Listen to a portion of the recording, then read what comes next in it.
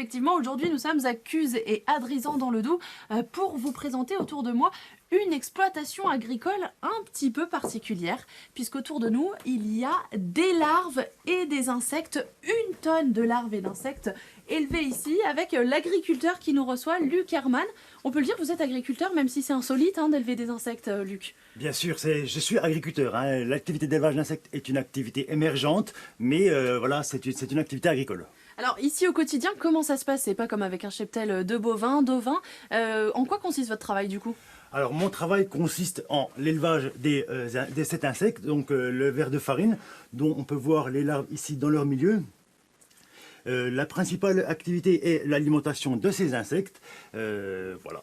Donc avec des carottes qui se trouvent là à vos côtés, on voit qu'il y a des légumes juste devant vous, Luc. Exactement, donc on peut leur donner aussi des légumes que l'on trouve là, des carottes, et qui sont directement mis dans les bacs d'élevage. Ah oui. On voit ici les larves et les adultes directement autour des carottes.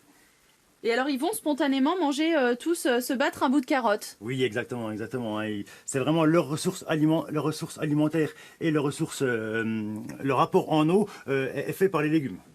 On dit pourtant que les vers, les larves, ça n'a pas de vue. Non, ça n'a pas de vue, non, exactement. Mais malgré tout, l'aliment les attire directement. Ils savent aller à l'aliment directement, oui. Alors votre travail, c'est donc les nourrir, surveiller aussi si ils grandissent bien, s'il y a une reproduction efficace. Exactement, oui, et surveiller tous les stades de métamorphose de l'insecte. Donc on peut voir ici les différents stades de métamorphose. Nous avons la larve qui a une durée de vie environ de 80 jours.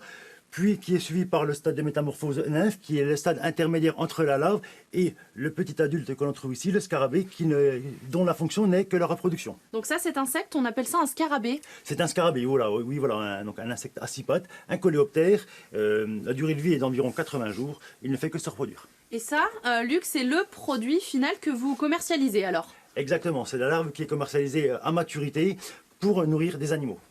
Pour nourrir des animaux, et c'est justement ce qu'on va aller évoquer. Luc, prenez le temps de venir avec moi. On va laisser la caméra sortir du container parce que l'exploitation se prolonge aussi à côté. 1 tonne d'insectes, on l'a dit ici.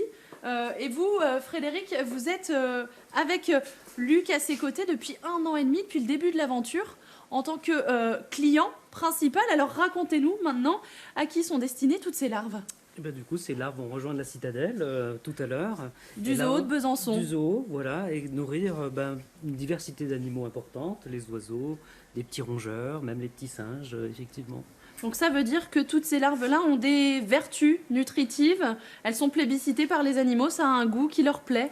Ah oui, la première vertu c'est d'être vivant déjà, donc une nourriture vivante pour les animaux, effectivement c'est un vrai plus. Et en plus, ils doivent avoir une activité pour les choper, parce que ça bouge, effectivement. Ah oui, on le voit, ça bouge, j'espère que la caméra parvient à vous montrer tout ça. Frédéric, vous êtes venu chercher votre commande, vous repartez avec toutes ces larves tout à l'heure. Combien de larves là ici, on le sait? Et là, du coup, il y a 3 kilos pour 15 jours à peu près. Et combien d'animaux vont en manger? Quels animaux? Alors, des petits ouistitis, des tout petits singes, des rongeurs, des loirs, des laireaux, des poissons potentiellement, voilà.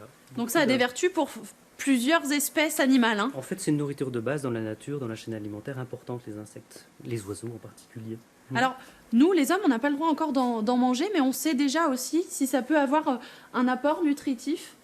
Oui, ça a vraiment de véritables qualités nutritives. C'est un aliment très protéiné, riche en glucides, en protéines. Alors l'objectif, ça serait de justement transformer ces insectes, les déshydrater et les transformer en poudre, ceci pour être intégré dans des préparations alimentaires. Donc pour l'instant, il faut préciser pour nos téléspectateurs que la législation nous interdit, nous les humains, à en manger. Exactement. Aujourd'hui, la législation ne nous autorise pas de produire des matières alimentaires à base d'insectes. Et alors quand tous les feux seront au vert, cette poudre, par exemple, elle peut servir dans quelle préparation, dans quel type de plat? Typiquement, pour former des nuggets, donc on peut utiliser cette poudre mélangée avec des œufs pour former des nuggets. On peut faire des steaks de farine d'insectes ou d'autres, intégrer directement dans des préparations comme des raviolis ou comme dans des pâtes. Est-ce que ça a du goût? Alors, au niveau du goût, c'est assez neutre. Ça rappelle un petit peu la cacahuète grillée, mais ça reste assez neutre. Ce qu'on recherche vraiment, c'est les qualités nutritives. C'est ça l'intérêt de votre exploitation. À terme, Luc, c'est vraiment que ça puisse devenir un produit consommé par l'humain, ou on arrive à en vivre quand on travaille déjà uniquement avec un zoo?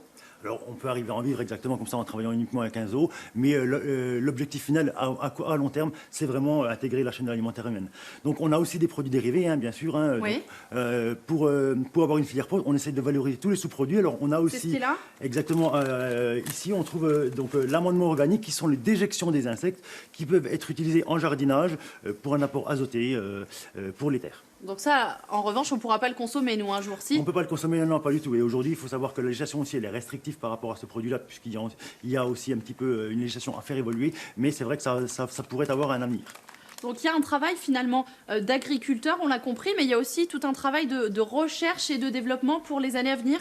Exactement, il y a de la recherche et développement. Oui, on peut essayer d'avoir vraiment une filière propre, écologique, et valoriser tous les sous-produits. Et il faut savoir qu'aussi le ver de farine est un insecte qui peut valoriser les sous-produits de l'activité humaine. Typiquement, pour des légumes qui ne sont pas consommés, nous pouvons les redonner aux insectes en aliments pour être consommés. Alors, on parle aussi d'autres types d'insectes. Donc ici, le ver géant morio, qui est de la même famille du ténébrion meunier, qui est destiné à d'autres animaux du fait du calibre plus important. Merci beaucoup à tous les deux. On n'a pas beaucoup de temps pour s'étaler davantage sur ces grosses larves, mais vous l'avez compris, il y en a des petites, il y en a des grosses, ça peut prendre un certain temps, mais à terme, on en aura peut-être dans nos assiettes.